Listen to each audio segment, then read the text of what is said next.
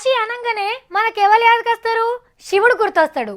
అదే కాశీలు ఉన్నోళ్లకు మోడీ సార్ గుర్తొస్తాడు. ఎందుకంటే వాళ్ళు గెలిపించుకున్న లీడర్ ఆయననే కాబట్టి. కానీ ఏం లాభం, మా సార్ వస్తలేడు, మాకేం చేస్తలేడు. గా పక్క రాష్ట్రాలలో ముఖ్యమంత్రులు చూడుండ్రి, వాళ్ళ నియోజకవర్గాన్ని బంగారు తునకలు చేస్తుండ్రని బాధపడుతుండ్రట. మరి గీ ముచ్చటెరకైనాక ప్రధానమంత్రి సార్ ఊకుంటాడా?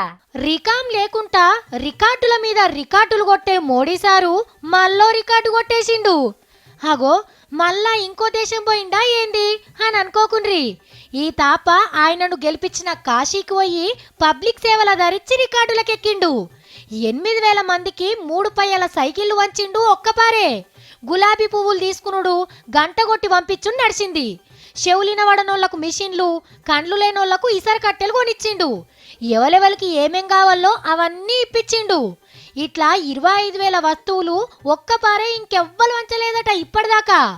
ఇక మరి గింత పెద్ద పనిని ఒట్టిగానే ఇడిచిపెడతారా సెంటర్ సర్కారోళ్ళు? గిన్నిస్ బుక్ వాళ్ళకు ఉత్తరం రాసిండ్రట.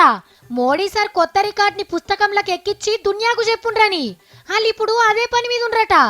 అట్లనే ఆయనను కలుస్తందుకు జల్దిన పోయేందుకు కాశీ నుంచి ఢిల్లీకి ఈ స్పీడ్తో నూరికే రైలు బండి నేర్పించిండు మోడీ సారు.